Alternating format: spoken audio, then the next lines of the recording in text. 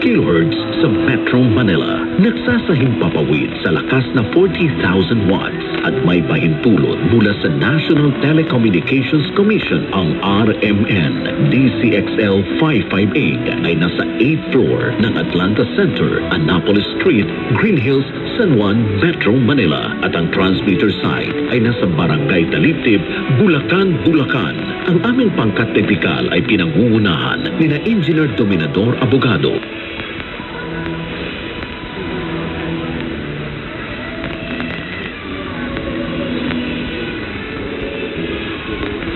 Mga kababayan, ang pambansang awit ng Pilipinas.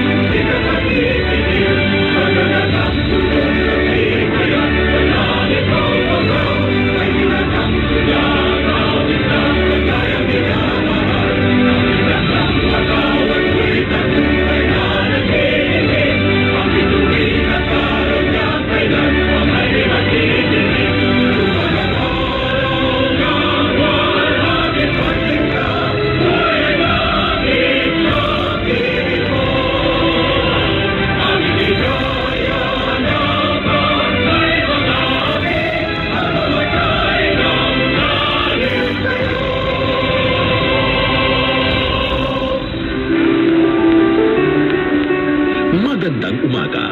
Ito ang RMN DCXL 558 kHz sa Metro Manila.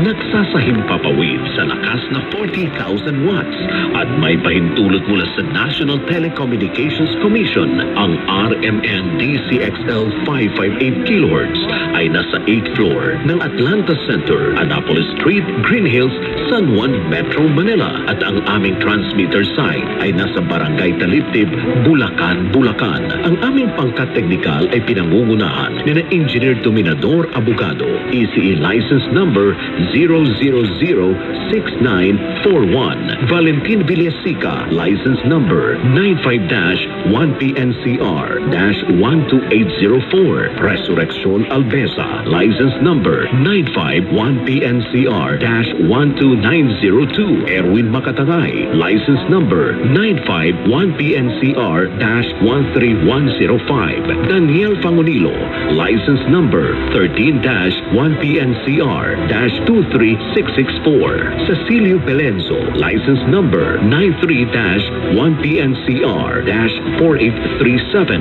Alex Abelon, license number 94-1P7-11028. Crisostomo Narvaez Jr., license number 96-1PII-17628. Ang himpilan ng RMN DCXL 558 kHz sa Metro Manila.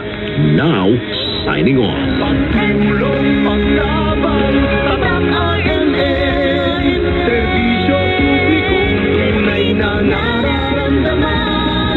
Pagtulong, paglaban, tatak RMN. Laging kasama mo, anumang oras man.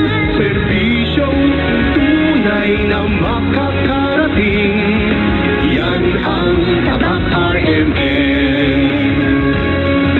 Yan ang tatak RMN. RMN.